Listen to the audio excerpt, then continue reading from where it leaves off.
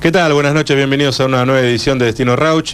En este jueves 25 de octubre, dispuestos a compartir una nueva emisión. Un año ha pasado desde que arrancáramos justamente allá por el octubre del año pasado con esta idea que surgió para poder conversar en un ambiente más intimista con aquellas personas de nuestro pueblo que están radicadas hace muchos años aquí o aquellos que han venido por diferentes motivos y han adoptado este querido pueblo que tanto amamos como el suyo. Hoy con un invitado que lo teníamos agendado casi desde que empezó Destino Rauch y que por diferentes motivos no se había dado la oportunidad. En esta sí, Miguel Pío Uriburu, lo saludamos. ¿Cómo le va, Miguel? ¿Qué tal? Todo bien, gracias. Bueno, ante todo gracias porque sabemos que tenía que regresar a Capital y hizo un espacio para acompañarnos. Todo bien. Bueno, ¿cómo va? ¿Todo bien? Todo bien, hasta ahora bastante bien. El año pasado fue mejor, pero bueno, vamos a ver qué pasa. Bueno, ahora vamos a hablar un poquito de todo eso. Miguel, mucha gente lo conoce a través de lo que es su trabajo, ¿no? Sí. De esta empresa que ha... La Mene Michel, pero los Uriburus, ¿de dónde son originarios, digamos? Porque acá también ha habido apellidos Uriburu en Rauch. Sí, bueno, toda mi familia. O sea que yo vengo a ser cuarta generación en el partido de Rauch. Y somos 7 generaciones en la Argentina. En la Argentina, ¿es una familia proveniente de dónde? Es una familia que vino de los Países Vascos, de Guipúzcoa. Y ahí vinieron los dos hermanos en el año 1790, 1800, sí, por ahí, 1790, 1800. Los dos hermanos a Salta. ¿A Salta? A Salta. Y ¿por qué a Salta? Familia larga, porque Buenos Aires prácticamente era muy chico, la aduana seca era Salta, el virreinato era Perú, Perú era el centro, Salta era la provincia más prominente. Y después estaba cerca de Potosí. Potosí eran las minas de plata y todo, que los españoles de ahí sacaban toda la plata y el oro también de Perú. Pero todo el centro era hacia arriba, no hacia el Río de la Plata. El Río de la Plata era el río del contrabando entre los ingleses y los alemanes, y los holandeses, y los brasileros. O sea, Colonia de Sacramento era los bandeirantes de Brasil. Pero el centro, digamos, era Perú con Salta, con Potosí, y donde estaban las minas y estaba todo.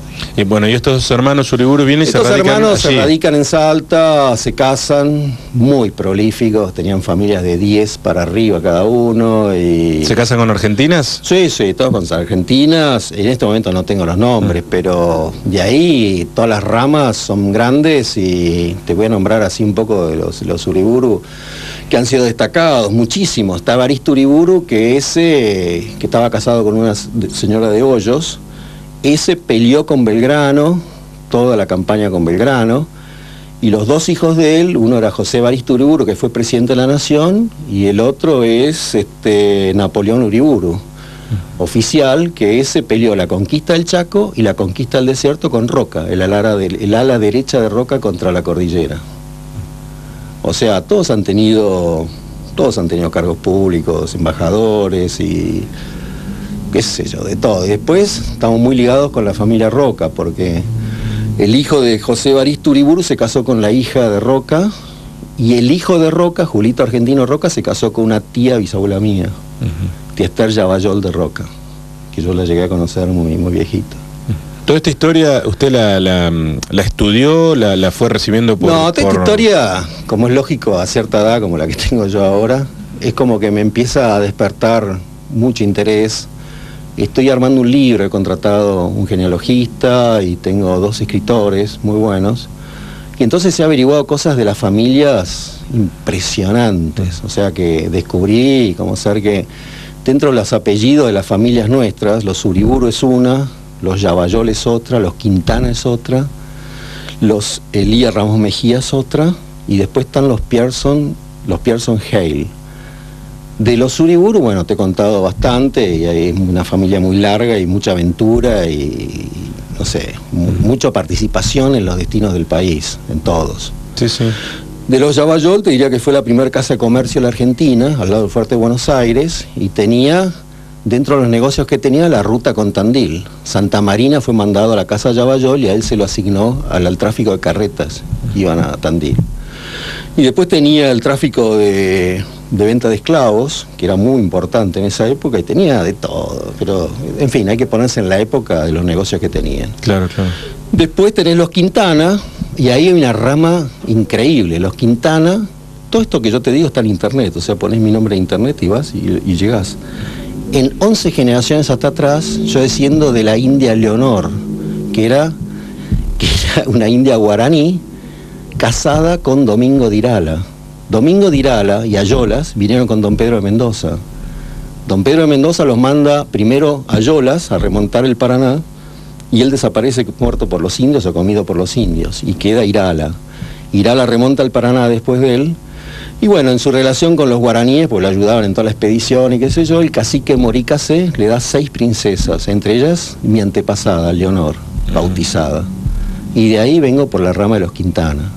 Esa rama de los Quintana es impresionante porque Hilarión de la Quintana, que es antepasado mío, ese peleó con San Martín toda la conquista. Fue hasta el Alto Perú y todo.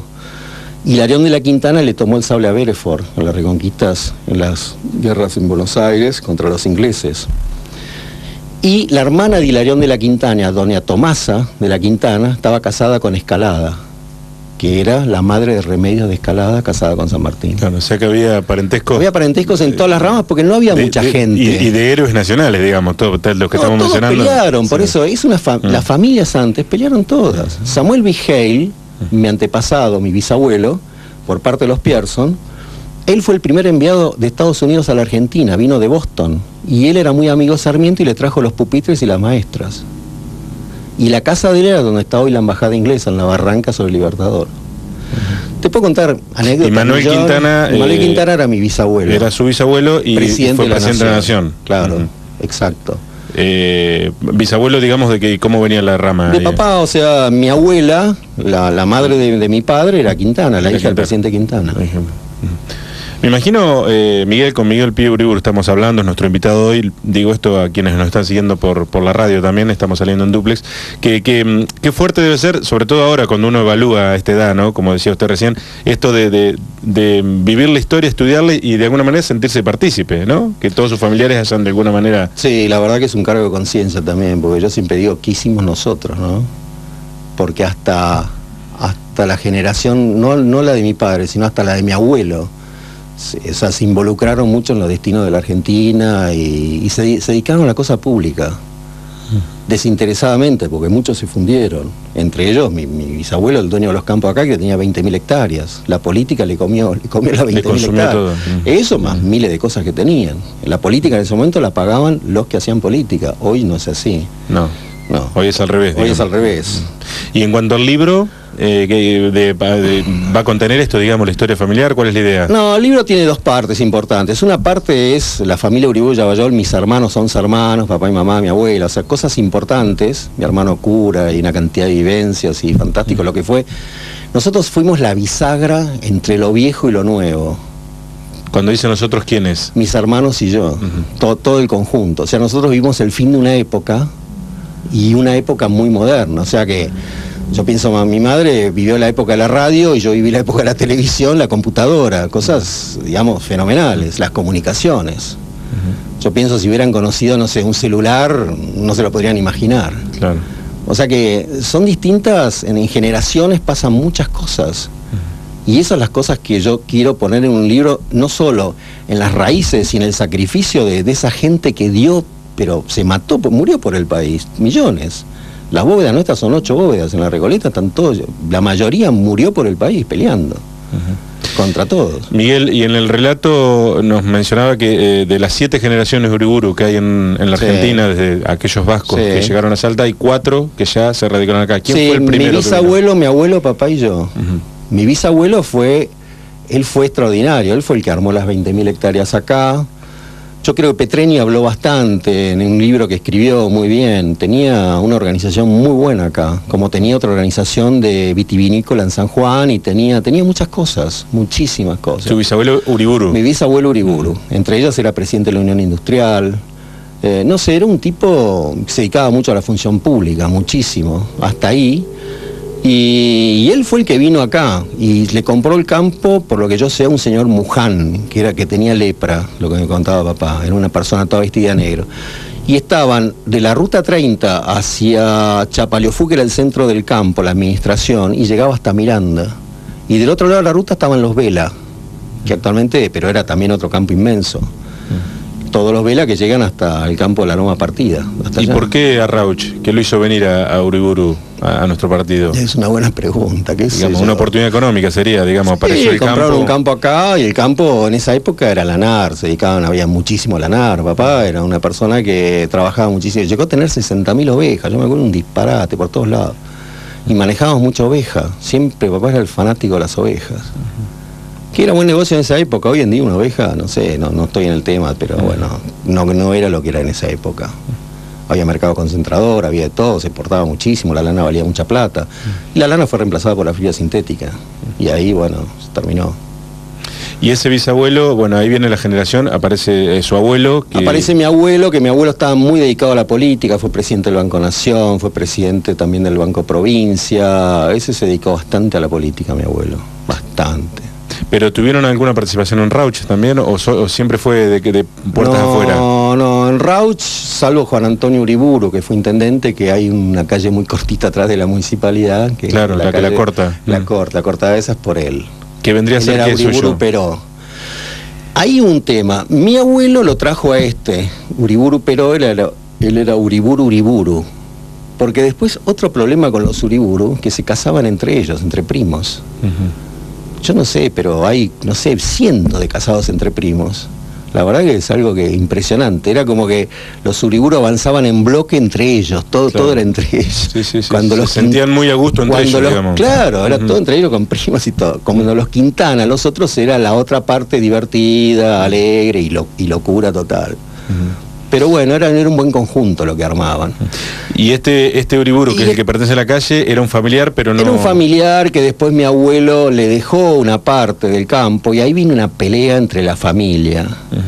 Entonces se pelearon, hubo un juicio importante y mi abuelo y Uriburu Peró le puso al campo el desquite, porque él le ganó el juicio. Y mi abuelo le puso Iamiqué, ¿dónde está Santa Rosa? Y ahí quedaron divididos las dos familias. O sea, ¿y qué relación tenían entre sí las dos familias? Primos hermanos. Primos hermanos. Eran primos hermanos, Uriburu Peró y el otro Uriburu. Pero bueno, campos que actualmente mantienen el nombre, por lo menos uno lo recuerda. El desquite sí, creo que lo tiene el doctor Celiberti, no sé si qué sé yo, y otro de Iamiqué, Santa Rosa. Como muchas veces revisar la historia, Miguel, nos permite descubrir el porqué de los nombres muchas veces. Sí, esos dos, como este pasaje, el pasaje Uriburu, que mucha gente lo frecuenta porque queda cómodo pasar por ahí, por esa calle. Por supuesto. Y que era un familiar suyo también con esta historia que lo había traído su abuelo. Y todos, me decía, con muchos hijos. Siempre fue una característica. Hijos. Nosotros fuimos 11 hermanos, mis primos hermanos son 11 hermanos, los otros son 10. Siempre esas familias son muy numerosas. Y en el relato me mencionaba la pasada parte de una palabra que me quedó grabada, la aventura. Digamos como que había parte de aventura en cada una de sus vidas. Siempre los Uriburu fueron a la cabeza, por eso el nombre Uriburu significa cabeza de pueblo. Siempre fueron adelante con la historia, con todo. Siempre. ¿Y de esos 11 hermanos qué historia hay? Bueno, uno mencionó la pasada que es cura. ¿O lo fue? Murió. Pobre. Era de la orden de Schoenstatt, que acá hay un centro de Schoenstatt, hay mucha gente con eso. Y después ha habido de todo, hay ingenieros, abogados, qué sé yo, de todo. Pero ya nada en sí dedicado a la política, nada interesado por la cosa pública. Que eso es una espina que la tiene clavada, por lo que veo, en cuanto a... Yo tengo un remordimiento con eso, porque en el fondo las otras generaciones dieron la vida, porque había que ponerse lo que eran las aventuras de esto.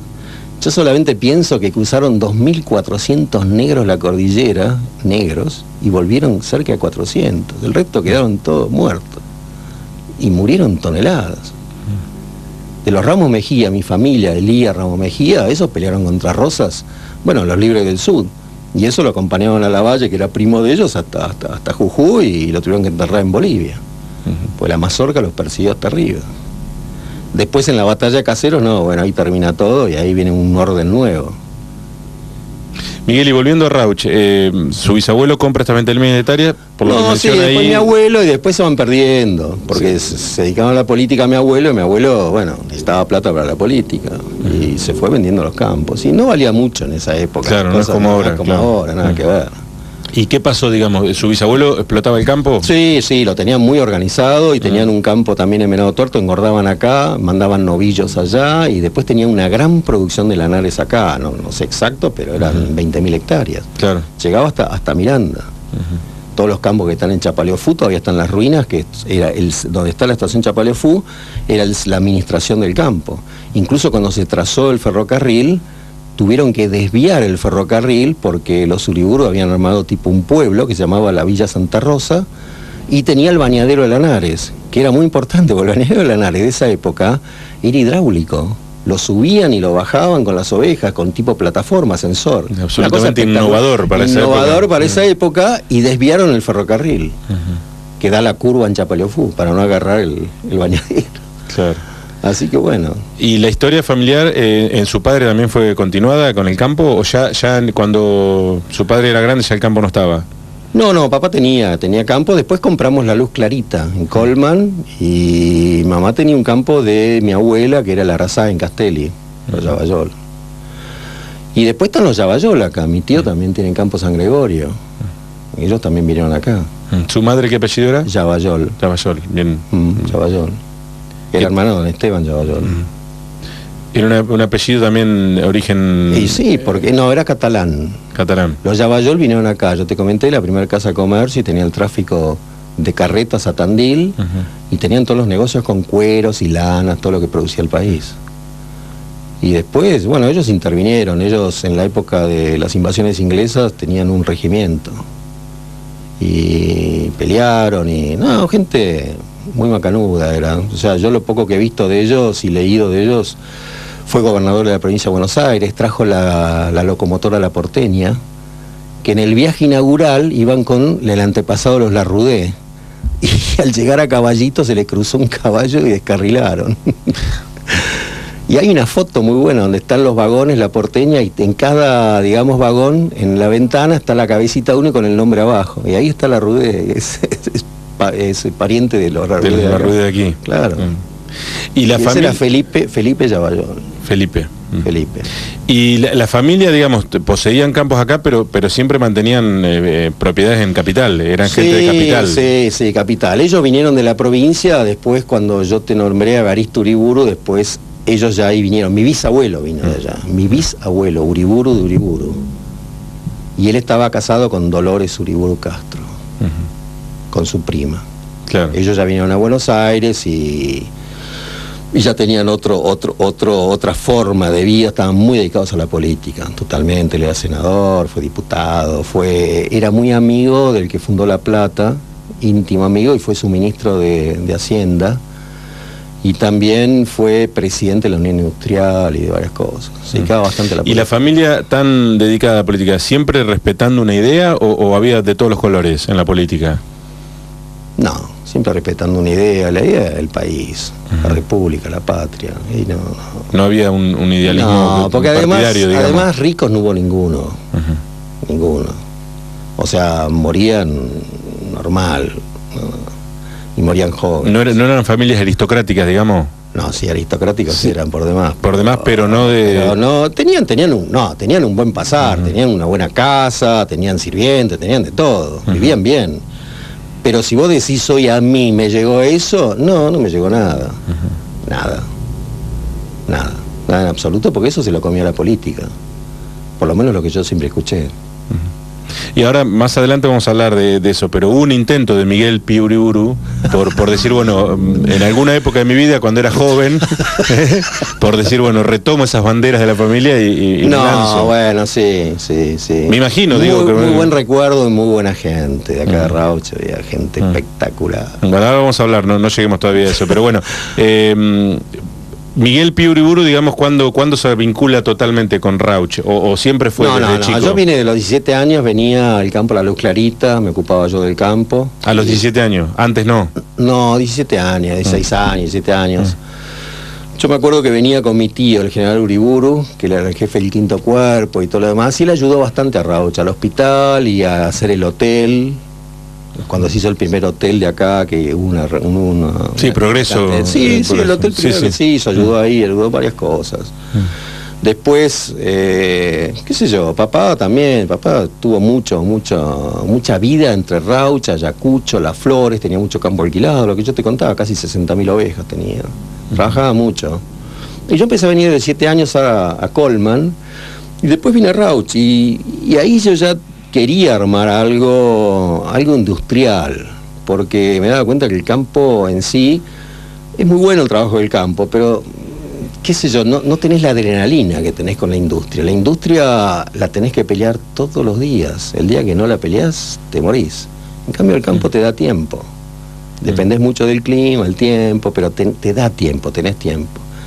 La industria es riesgo total. ¿Y usted necesitaba eso, digamos? Sí, la verdad que sí. El vértigo. El vértigo. Sanamente. Sí, no, sí. No te ríes. No, sí, sin correr en carreras de auto, digamos. No. Bueno, ¿y cómo? Corro un caballo. También vamos a hablar de eso ahora, pero ¿en qué momento aparece la Mère Michel, digamos, de su vida? La Mère Michel aparece en ese momento cuando yo empiezo a ir a la fábrica de queso de Miranda. Me acuerdo que me fascinaba. Yo era chico, tenía 16 años, me iba en caballo de Colman a Miranda y iba a ver cómo fabricaban queso. Me encantaba la parte industrial.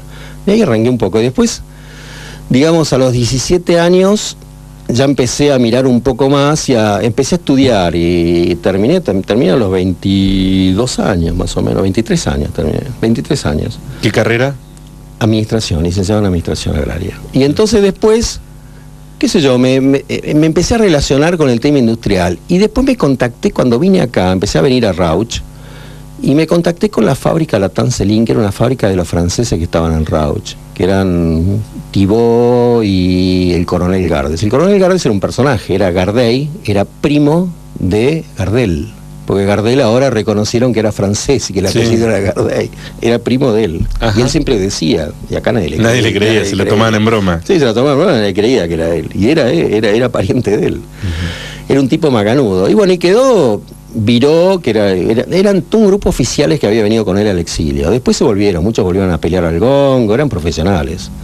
Y entonces, digamos, yo me interesaba el tema, me interesaba mucho, me encantaba la fabricación de alimentos. Entonces, ahí me relacioné mucho y después pude armar el esquemita.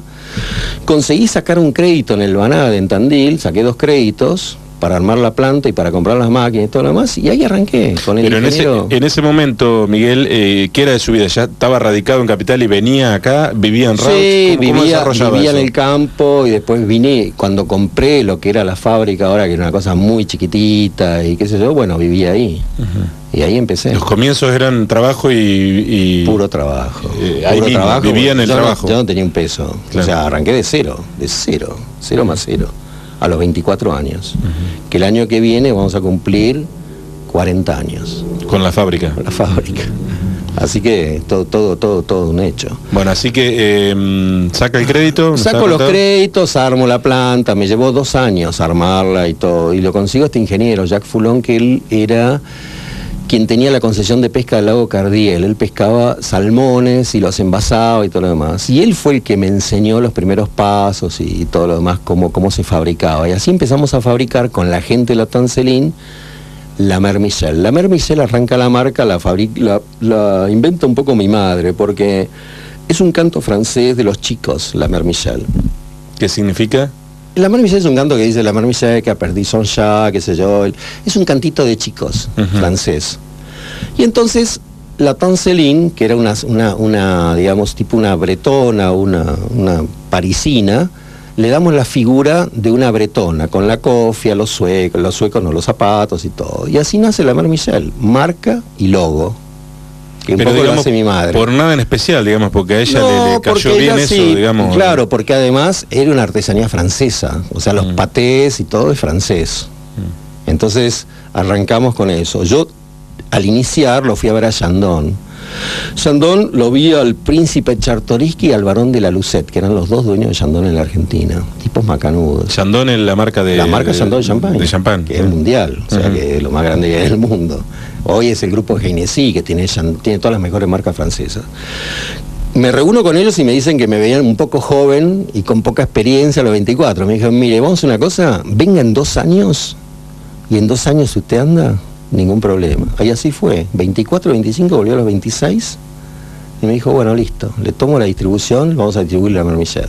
¿Pero a qué había ido al principio? A ver si ellos le distribuían los patés. Claro, me distribuían los patés y yo recién arrancaba y bueno, no me vieron con mucha experiencia. Claro, entonces, muy nuevito, claro. Muy nuevito, me dijo, venga entre 2 años. Era lógico, Yandón es Yandón en el mundo es lo más grande que hay. Pero ¿y por qué arrancan con el paté? Porque usted venía de esta experiencia de los quesos. No, los quesos eran solo, de hecho, la parte industrial que a mí me interesaba, el procesamiento de la industria, era lo que me atraía. No me atraía tanto el campo, me atraía la industria, la generación, la generación del valor agregado de la riqueza sobre el producto y la base y todo eso.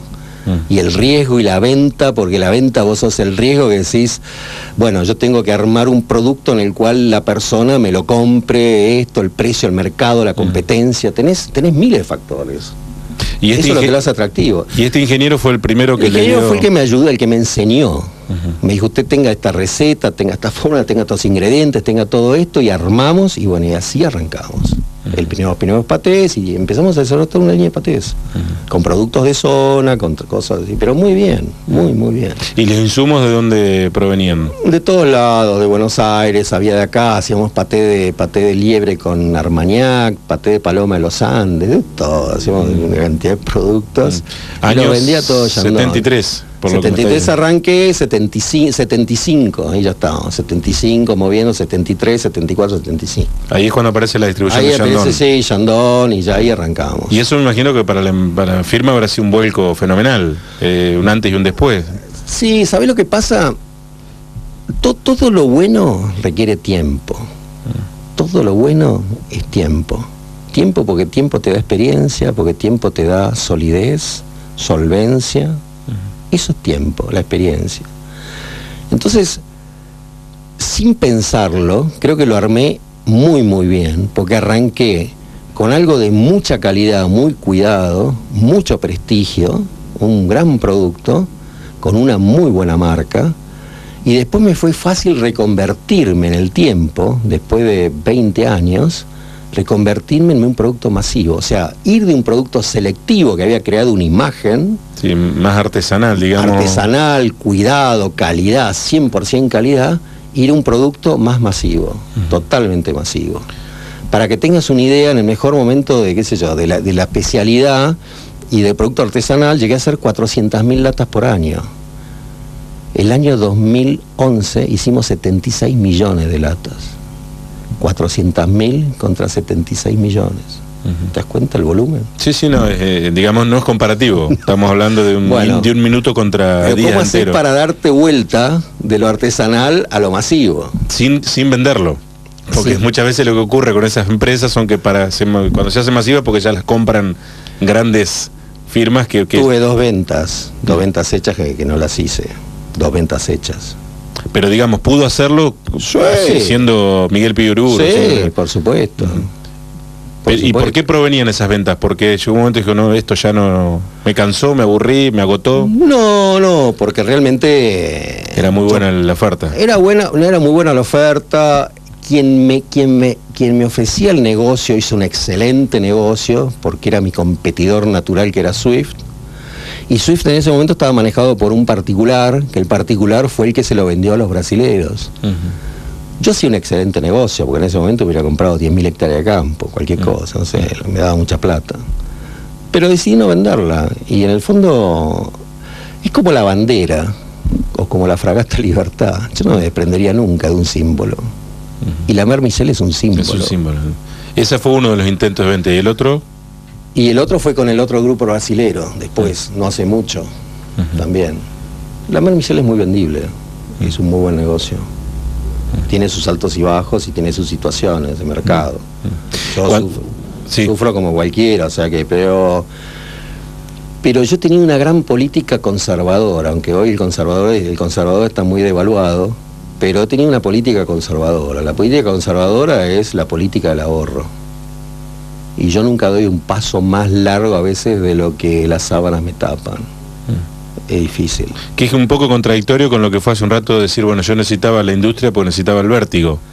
Sí, pero en un marco... Pero te estoy hablando después de 40 años. Claro. Ahora me está hablando de ahora, hoy me hablaba de los 20 y pico. Sí, yo igual encaraba un tren, pero ahora no tanto. Claro. Ojo, ayer justamente me hablaron de un emprendimiento nuevo muy interesante. muy interesante, que probablemente lo enganche, es americano en la Argentina, muy bueno. Pero bueno, me interesa porque en el fondo, vos decís, ¿un empresario qué es?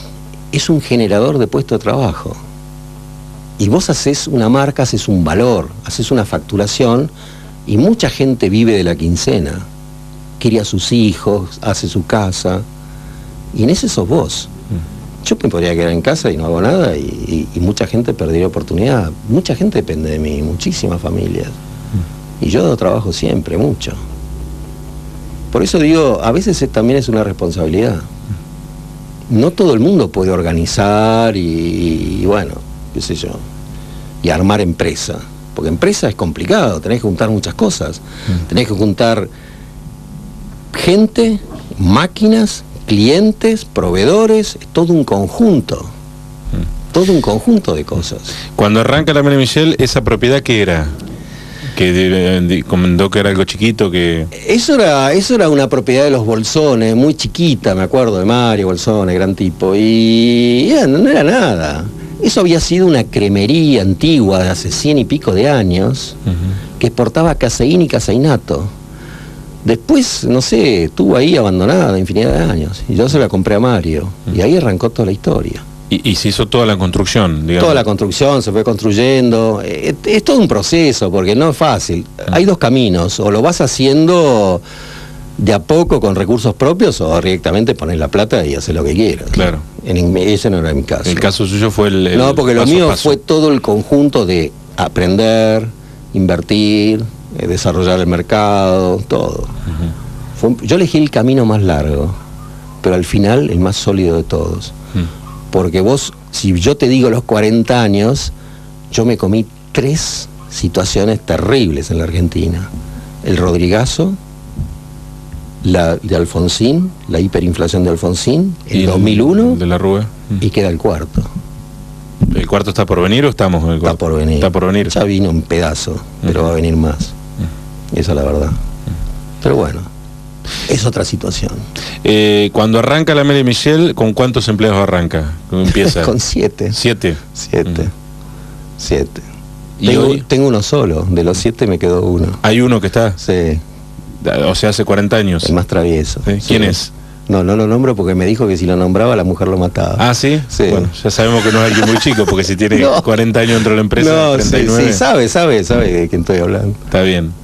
¿Y hoy con cuántos empleados se maneja la empresa? 60. 60. Sí. Y son todos unos grandes valores, todos, la verdad que todo, porque está María Guía, que pobre me acompañó desde siempre, creo que dejó la vida en la fábrica. Está José Fredes, qué sé yo, Miguel Allende, está Fabián Blanco, que es un poco a mi derecha, un gran tipo, y qué sé yo, infinidades, todos los chicos, todos chicos que trabajan, Pérez, todo. ¿Y toda la producción se hace aquí? Todo se hace todo. acá. Esos 76 millones del 2011 se hicieron todos íntegramente aquí. 100% acá, todo se hace acá. Somos proveedores del Estado, hacemos albóndigas y estofado con salsa de tomate para el Estado. ¿Enlatado? Enlatado en latas de kilo, enlatado también de 2,5 kilos. Después hacemos, bueno, toda la línea patí picadillo, las especialidades y pan de carne, que eso también se hace. Yo fui a Angola, y también hacíamos las comidas que eran para Corea, que hacíamos chinchulines, hacíamos tendones, hacíamos asado y hacíamos rabo, sopas, todas sopas en latas de kilo, eso va todo a Corea. Eso lo perdimos por Moreno y todo el pelotete de la exportación. O sea, eso ya no lo están haciendo en la actualidad. No, dejamos de exportar. Cuando vino este gobierno no exportamos más nada, nos dedicamos al mercado interno, dijimos, bueno, a partir de ahora desde La Quiaca hasta Tierra del Fuego. Y ahí le damos. Tenemos un muy buen sistema de trabajo, tenemos todo muy dividido, trabajamos para 11 marcas. Las 11 marcas son 3 nuestras y el resto, las otras son de terceros. Paladini, Carrefour, Día, Marolio, todas las marcas conocidas, todas de primera. Entonces repartimos 50 y 50, 50 propios, 50 terceros. ¿Y las propias cuáles son? La Mary Michelle, La Negra y Changuito. Ahí tenemos vendedores desde el norte, NEA, NOA, Córdoba, Santa Fe, todo. El sur. Y la verdad que, y con la Mary Michelle ahora le estoy ampliando la línea porque tengo una distribución nueva, chica, de productos importados, y le estoy ampliando la línea un poco para que tenga más, digamos, presencia en la góndola. Estoy armando eso. Y ahí vamos a desarrollar más cosas. Después podríamos hacer pescado también, que haría falta tener una línea de pescado. Yo tengo una muy buena marca que hice algo de caballa en Mar del Plata con la marca La Marplatense. Esa es una muy buena marca que tengo. Y se pueden hacer miles de cosas, porque yo conozco los mercados, conozco, digamos, dentro de las, no sé, 12.000 o 13.000 presentaciones de un mercado, cuál es el segmento que tiene posibilidades de crecer. Como ser los caldos, las bebidas energizantes. Hay muchos sectores donde se puede crecer un montón. Lo que a los empresarios les gusta decir nichos, que todavía están... No, nichos no tanto, porque el caso de las conservas de pescado, el atún, hay un consumo bestial, ahí más o menos se consumen 160 millones de latas por año acá, de atún, y viene de Tailandia, de Ecuador, y de todos lados.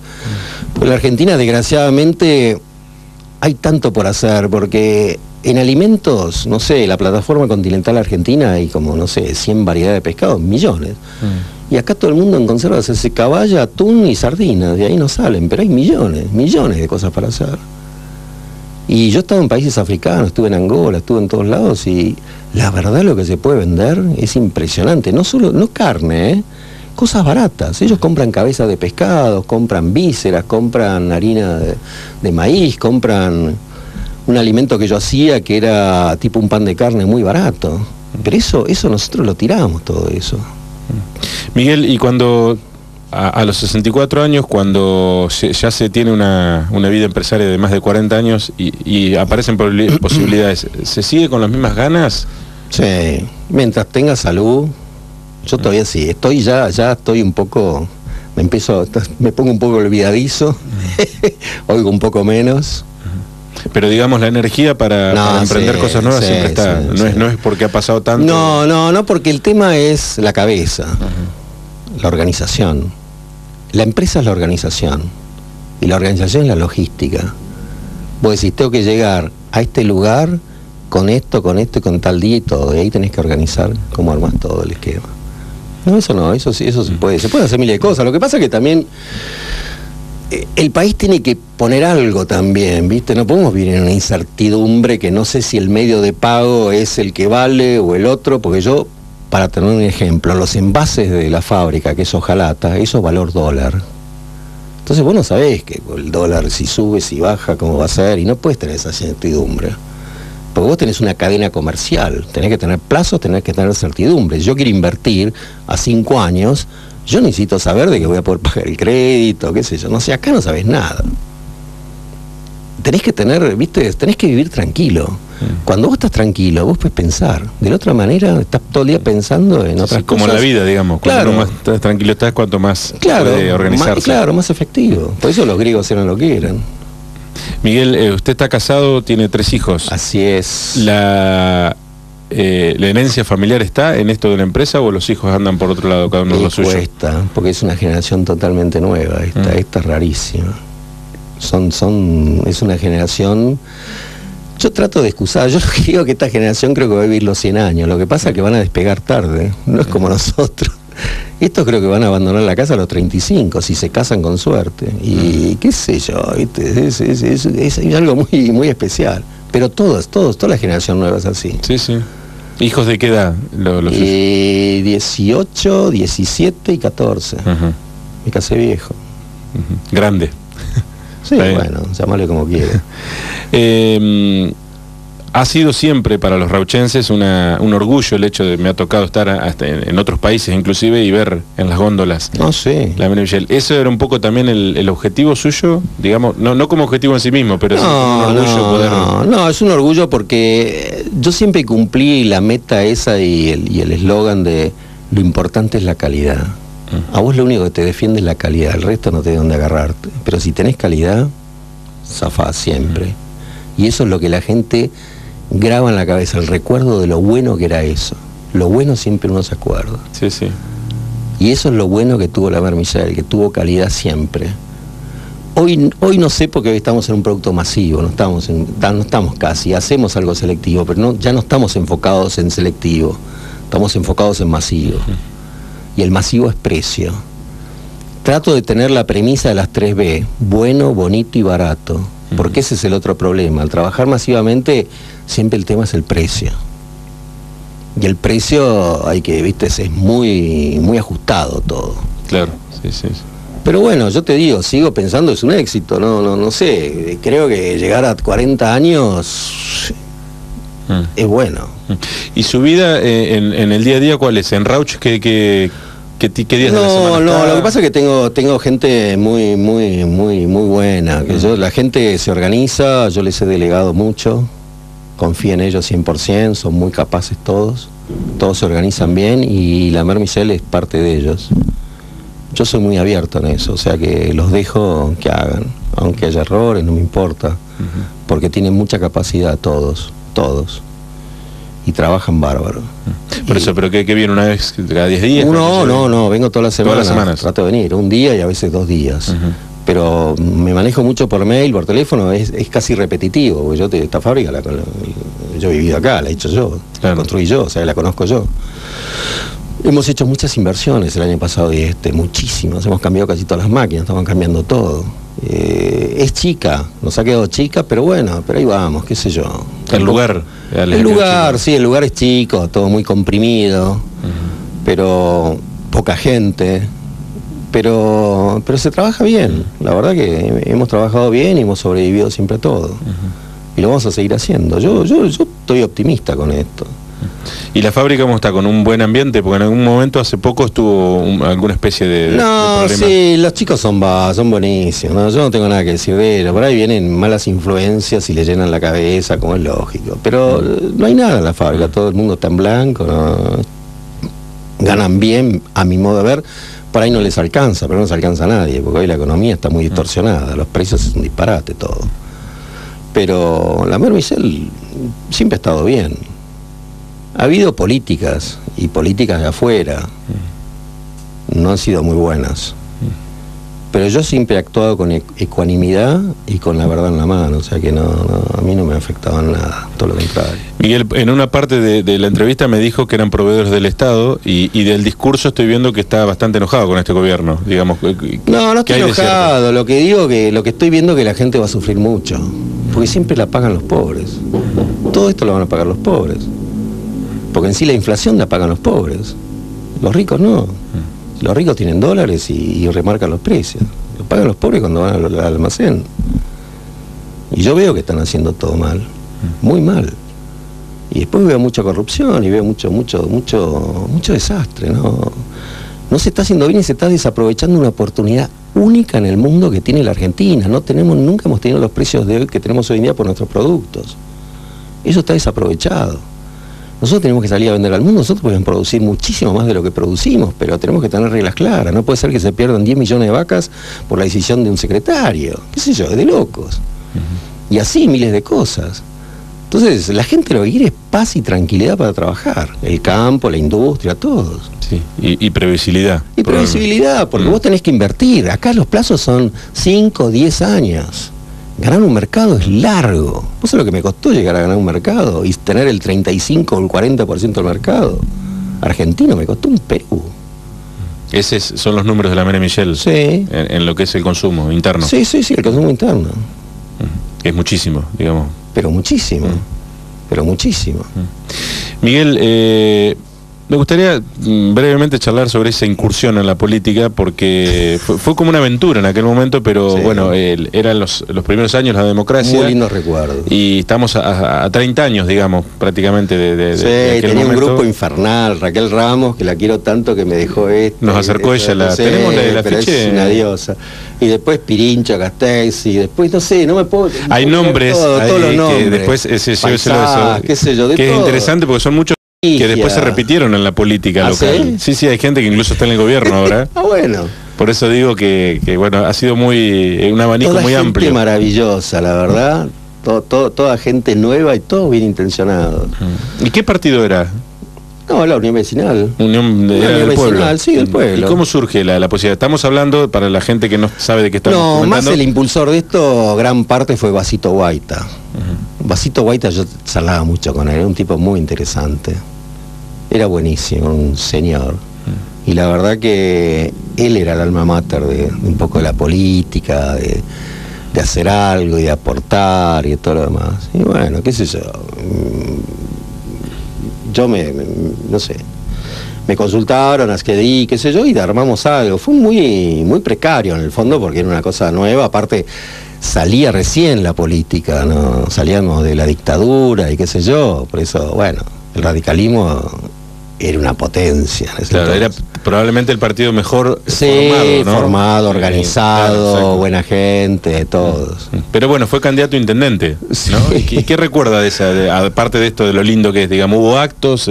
Sí, algunos actos y comidas y mucha relación con gente, muchísimo.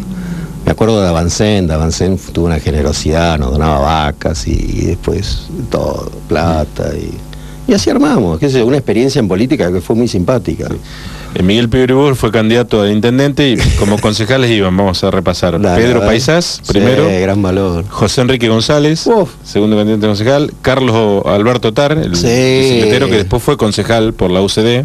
Qué bueno. Con el partido del doctor Ugarte. Juan Francisco Pontigia. Sí.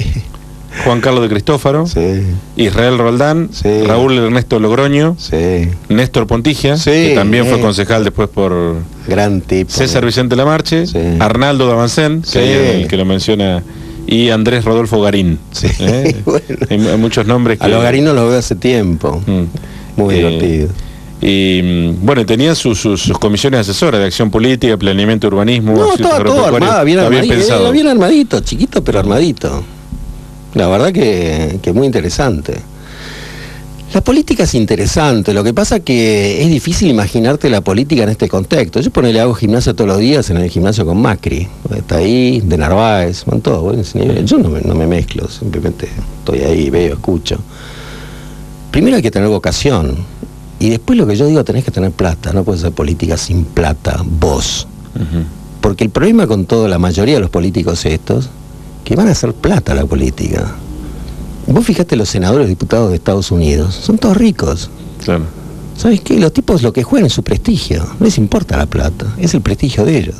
Y eso es lo que debería jugarse uno. Uno juega la historia. A vos lo importante es que te dejen el reconocimiento de la comunidad y que te digan qué gran tipo fue este. Mirá todo lo que hizo y todo lo que nos dejó, y el tipo dio su vida a la política, a la gente. Estos... ¿A quién? A ellos. Esa es la verdad. Sí, probablemente habría que encontrar un punto de equilibrio, porque quien escucha dirá, bueno, con este criterio ninguna persona sin recursos puede llegar a la política. No te digo que no. Hay gente bien intencionada. Pero la mayoría de lo que vos ves... van a servirse de la... Van a servirse de la política. Pueden encontrar el gran negocio. Y después hoy tenés un serio problema. El problema más grande de la Argentina hoy es la justicia y la educación. Si vos tenés justicia y educación, tenés un pueblo espectacular, que fue cuando teníamos la educación pública, que era excelente. Yo fui a colegios públicos, mixtos, excelente. Hoy no puedes ir. Hoy no puedes ir a un colegio público. Si podés, tenés que pagar un colegio contado. No puedes tener seguridad pública. Vos tenés que pagar la seguridad. No puedes tener una salud pública. Si podés, tenés que tener una prepaga. Y al final, ¿cuáles son las funciones del Estado? Tenés que volver a pensar en la gente y decir, yo me vuelvo a casa a los 4 años. Y di 4 años es como hacer la colimba, otra estupidez haberla sacado. Y trabajar para el país. El país te pide 4 años, 8 como mucho. ¿Qué son 8 años en 80? No. Sí, un 10%, sí, no es nada. No es nada. Pero dale eso a tu comunidad, a tu gente.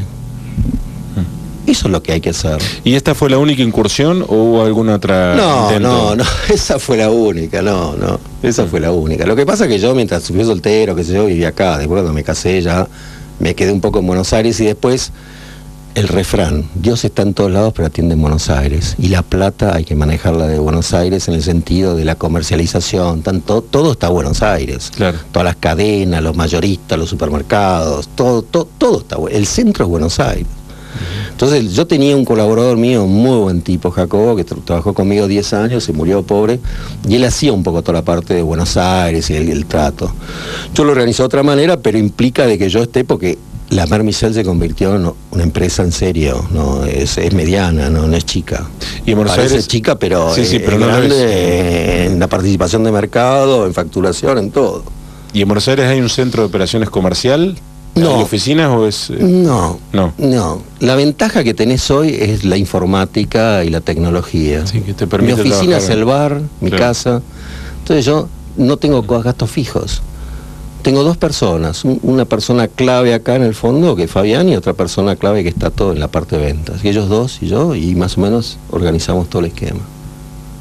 Es muy simple y es vertical. Es horizontal, no es tan vertical. Y de esa manera la gente es como que trabaja mejor.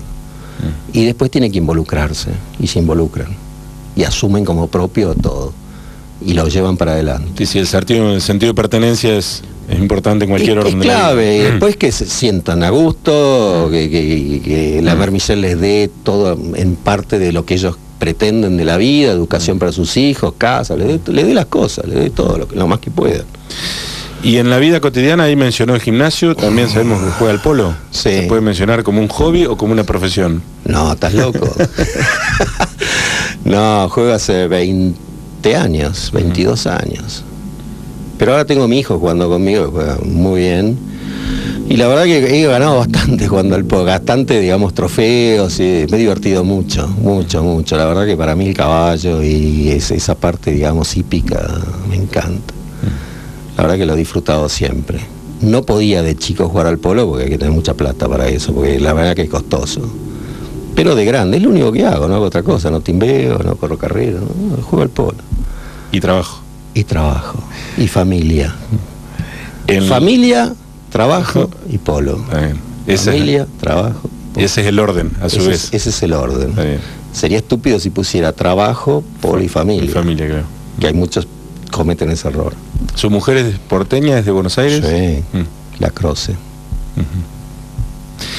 Bueno, estaba mirando dentro de los orgullos que le puede quedar a Miguel Uriburu en esta lista que presentó en el 83, dos nombres que integraban la acción juvenil. O sea, hace 29 años, en ese momento tendrían 20 y pico de años. ¿Quiénes son? El actual intendente, Jorge Luis Ugarte, sí, tipo y el actual director del hospital, Justo Hernani Barilli. Los dos integraban esa lista. Los dos integraban esa lista. Por lo menos la de acción juvenil. Éramos muy jóvenes. Así que...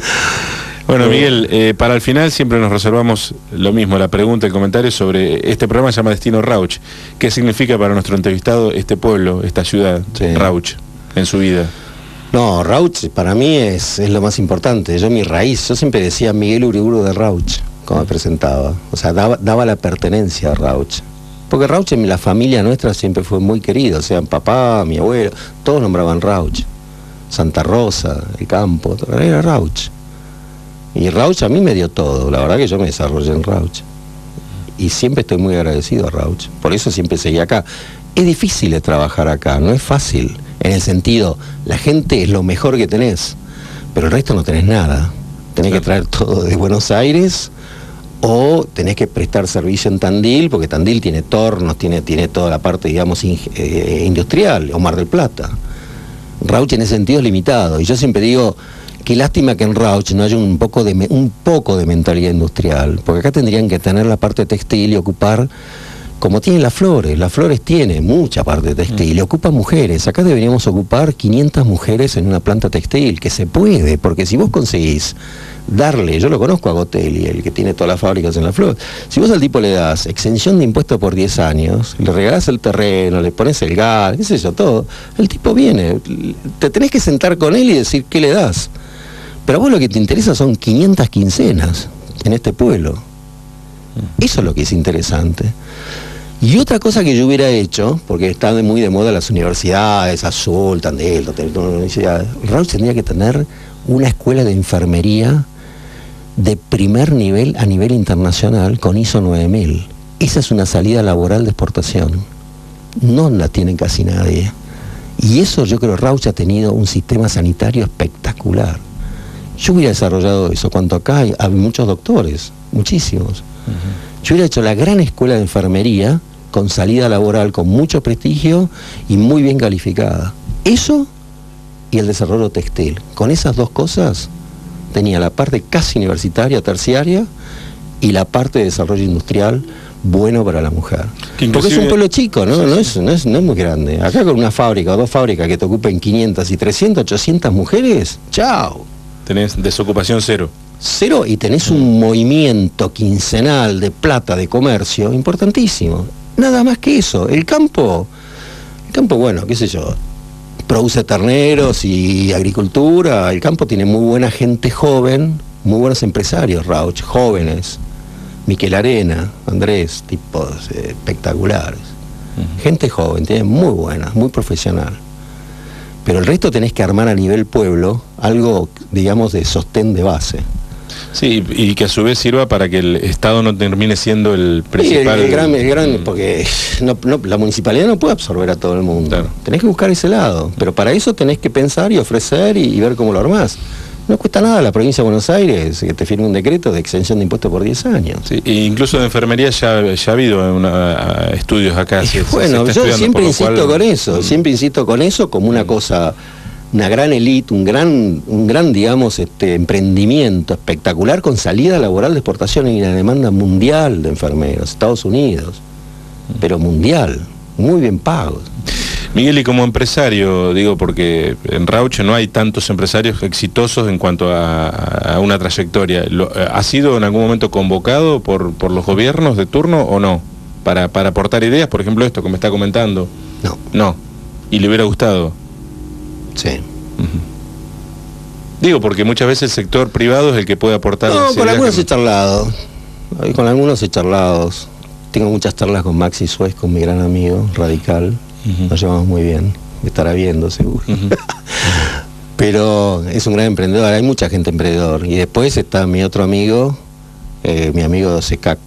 ¿Cómo se llama? Rubén. Ese es un gran valor, gran valor. Bueno, los dos son concejales, a lo que mencionó, así que... En cada uno en su lugar son grandes tipos. Rubén debería ser intendente, siempre le dije. Bueno, lo ha intentado. Está bien. Fue candidato. Bueno, yo también lo intenté, mirá. Claro. Y yo salí menos que él. Por eso, él es más joven que yo, tiene que tener paciencia, ya va a llegar, Rubén. Y no hablamos de política partidaria. ¿Le ha tirado en algún momento a algún partido en especial? ¿O eso de que es ese sentimiento de patria que decía, de servir al país? ¿Sabes lo que pasa? Yo mi idea está por encima del partido político, porque yo veo que no... Hoy el peronismo no es peronismo, Perón se murió, ¿viste? Lo lamento por los peronistas, pobre, pero bueno, se terminó. Pensemos en otra cosa. Y el radicalismo también tiene que pensar en otra cosa. Tenemos que pensar en un país moderno. Y esa es la verdad. Olvidémonos de los partidos. Tengo que buscar gente que pensemos más o menos normal, no importa si somos de River y Boca, pero pensemos en algo normal para armar un país de acá al futuro. Lo que viene es impresionante, la velocidad con las cosas que vienen. Si no hacemos hincapié en la educación, para que es la única oportunidad que tiene la juventud de poder salir, estamos fritos. Si vemos las cifras, hay 1 millón de chicos que no estudian, no trabajan, nada. ¿A dónde vamos a ir con eso? Los ninis. Sí, pero es una desgracia eso, ¿no? Es un chiste, ¿viste? Es gravísimo el tema. Tenemos que lograr que la gente estudie, trabaje, el estudio da oportunidad. Es clave eso.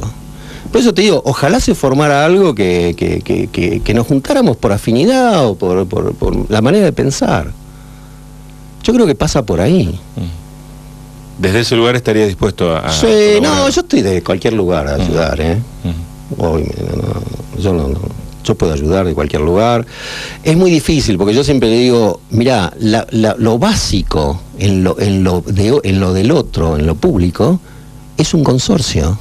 ¿Quién se interesa en un consorcio por su casa? A mí me pasa 1000 veces.